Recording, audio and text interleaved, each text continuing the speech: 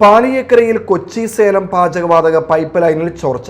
BPCL petrol pipe ലൈനിന്റെ അറ്റകുറ്റപ്പണിക്കെത്തിയ തൊഴിലാളികൾ pipe line മാറി 8 മീറ്റർ അപ്പുറത്തുള്ള KSPPL കമ്പനിയുടെ ഗ്യാസ് പൈപ്പ് ലൈനിൽ ഡ്രിൽ ഉപയോഗിച്ച് തകരാർ പരിഹരിച്ചതാണ് ചോർച്ചയ്ക്ക് കാരണം. സ്ഥിതിഗതികൾ നിയന്ത്രണ വിധേയമാണെന്ന് അധികൃതർ അറിയിച്ചു. വലിയ തോതിൽ LPG ചോർച്ച ഉണ്ടായതോടെ പൈപ്പ് ലൈനിന്റെ 2 വശത്തുള്ള വാൽവ് അടച്ചു. പൈപ്പ് ലൈനിൽ തങ്ങി നിന്നിരുന്ന വാതകമാണ് ഇപ്പോൾ ചോർന്നുകൊണ്ടിരിക്കുന്നത്. പുതുക്കാട് അഗ്നിരക്ഷാസേന ചോർച്ചയിലേക്ക് വെള്ളം പമ്പ് ചെയ്താണ് സ്ഥിതിഗതികൾ നിയന്ത്രിക്കുന്നത്. ചോർച്ചയുണ്ടായ പ്രദേശത്തിന്റെ ഏതാനും ചുറ്റളവിൽ ഗന്ധം അനുഭവപ്പെടുന്നുണ്ട്. മേഖലയിലെ വീടുകളിലും സ്ഥാപനങ്ങളിലും പോലീസും അഗ്നിരക്ഷാസേനയും വില്ലേജ് ഓഫീസ് അധികൃതരും എത്തി മുൻകരുതലുകൾ നൽകി.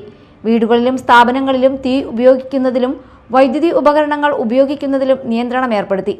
പൈപ്പ് ലൈനിന്റെ ചുമതലയുള്ള KSPPL, പെട്രോളിയം കമ്പനികളായ BPCL, ICL അധികൃതരും സ്ഥലത്തെത്തി.